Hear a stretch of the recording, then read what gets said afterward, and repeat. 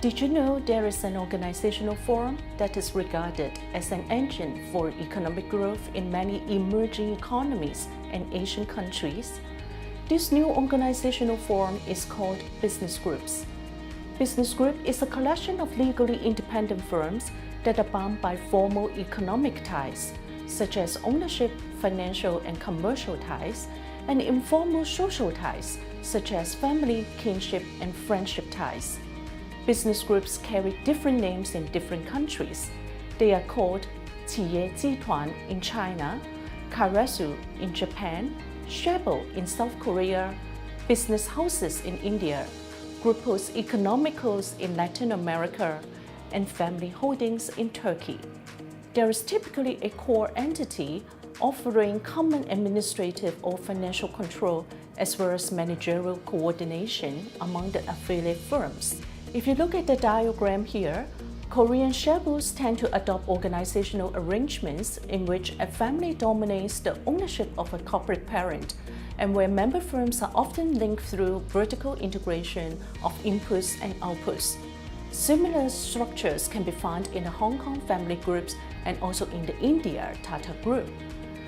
On the other hand, in Japan, there are two types of karasus, bank center and also vertical karasu. A very famous bank center karasu is Mitsubishi. In China, the parent usually is transformed from a state-owned enterprise under a central or local jurisdiction. This is the structure of CUHK. Over the last 3 decades, business groups in China have grown from being non-existent to national and global champions today. There are more than 3,000 groups now, with the number of state-owned enterprises slightly decreasing, leaving more opportunities for privately held business groups. In 2017, CUHK, which is one of the oil and gas national champion, has the revenue of $340 billion, which is comparable with the GDP of Hong Kong as a whole in the same year. And this year, a record of 120 Chinese business groups have squeezed onto the Fortune Global 500 list, only 6 places fewer than the top performer, the United States. According to my research, the success of the business groups in China are mainly due to 3 factors. First, business groups constitute a micro-institutional environment to substitute market imperfections in China. This is based on the institutional economics logic that business groups create an internal capital market for lower the cost of transactions, rotate managerial talent to member firms in need, invest in an umbrella brand name and a reputation for fair dealing, and assimilate foreign technology through cooperative arrangements.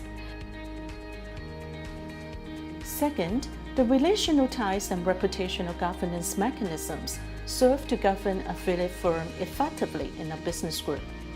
In my recent study, we find strong evidence that business groups serve as an alternative governance mechanism in preventing their group affiliates from committing corporate financial fraud. They did so by effectively monitoring the business group affiliates and aligning the group affiliates' incentive for the group's collective benefits. Last but not least, business groups receive important institutional support from the Chinese government.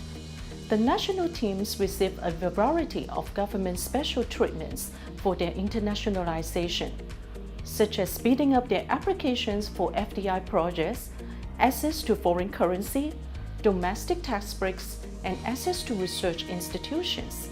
In addition, knowing that business groups are having close ties with the Chinese government, foreign partners are attracted to collaborate with the Chinese business groups both in the domestic markets as well as in China.